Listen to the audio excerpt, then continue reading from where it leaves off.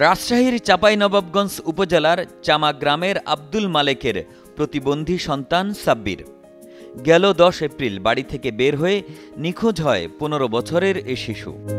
ছেলেকে হারিয়ে বাবা মা ও আত্মীয় স্বজন বিভিন্ন জায়গায় তাকে খুঁজতে থাকে, কোথাও না পেয়ে জানায় থানা পুলিশকে।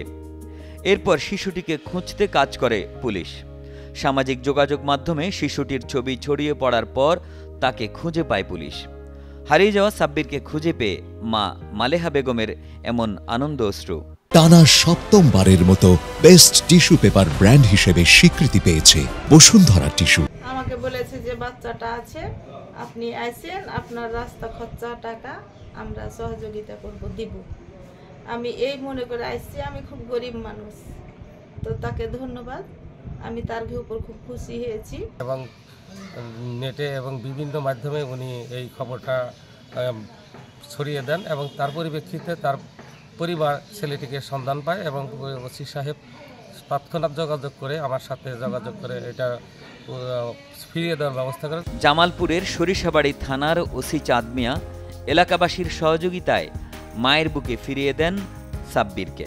বিভিন্ন সামাজিক যোগাযোগ মাধ্যমে এবং আমাদের পুলিশি মেসেজের মাধ্যমে আমরা বিভিন্ন জায়গায় যোগাযোগ করি। গতকাল রাত্রে হঠাৎ এই সাব্বিরের মা আমাকে ফোন দিয়ে বলে যে আমার ছেলেটা তো দেখলাম আপনার থানা এলাকায় আছে, আমি আমার ছেলেটাকে কীভাবে পেতে পারি। তখন আমি বললাম যে আপনার আসতে হবে, তাই আপনি আসেন।